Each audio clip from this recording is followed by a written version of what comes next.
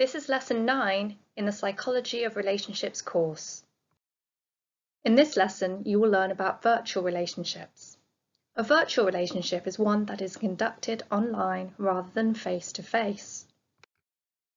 People act differently online than face-to-face. People are more selective about what they disclose when it is visible to people they know, for example on a Facebook wall.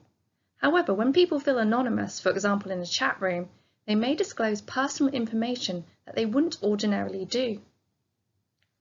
Gates are mental barriers that stop people who are less confident or less attractive forming relationships face-to-face. The internet breaks down these barriers as it is more anonymous. So what evidence is there that people may disclose more online than face-to-face?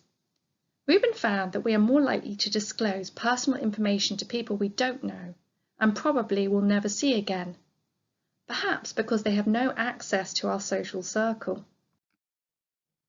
Is there any recent evidence for differences in virtual relationships compared to face-to-face ones?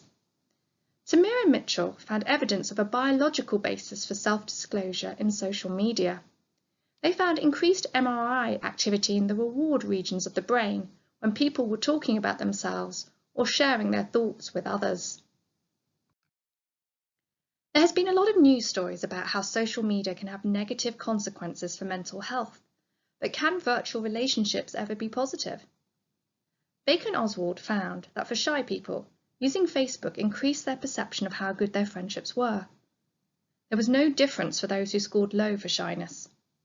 This study suggests that shy individuals particularly benefit from virtual relationships. Are there any other positive things related to virtual relationships? Rosenfeld and Thomas found people with internet access at home were more likely to have a partner.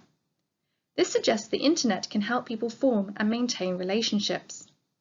They also found no difference in the quality of online relationships compared to offline ones.